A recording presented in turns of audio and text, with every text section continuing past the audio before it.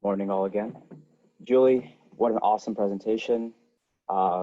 As Kenneth was saying earlier, I'm one of the newer guys here, and when I first saw the speaker list, I was kind of, uh, I figured I was running into some big animals, with all the experience that you guys, that Brad and you and Chad had.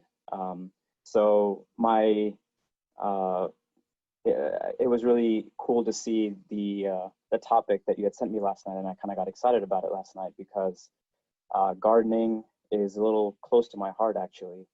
I took some agricultural engineering classes in college. I helped some friends set up some raised bed gardens a few years ago, and so I think the time is now for us to get back into planting some victory gardens, to borrow a phrase from World War II. So yeah, let's jump into what your main goal was in this presentation, which was to make sure that your slides on PowerPoint work and that you're able to sound enthusiastic on Zoom. So obviously, it's already been mentioned that we all had some issues on Zoom and trying to make sure that our energy conveys through the platform. And I think you did a great job of drawing us in with eating it. When I first saw you as you were being introduced eating, and I was like, okay, that's a good way to start it off. And then you actually made that you made that work. So props to you for that. I love that you went into the benefits of square foot gardening, because a lot of people were like, that's a lot of work. We're like, what am I really going to get out of it other than, as you said, a salad a day? That's not really doing it for me. But then you talk about what it can do for your family, and you broke it down, right? Size, the location, the design, and I didn't know that you needed to have a third garden compost, a third peat moss, and a third, I don't even know what that third term is, vermiculite.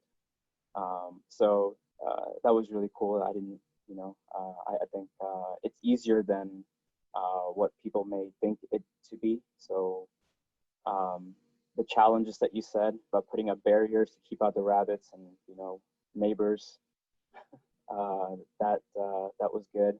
And then to improve on the speech, I would say the timing. Obviously, you knew that. And then and I only got this idea from Brad after I watched him, but maybe the body language, which I'm doing a terrible job of, crossing my hands, by the way, but body language and energy on the platform on Zoom. So maybe standing and using more hand gestures would help.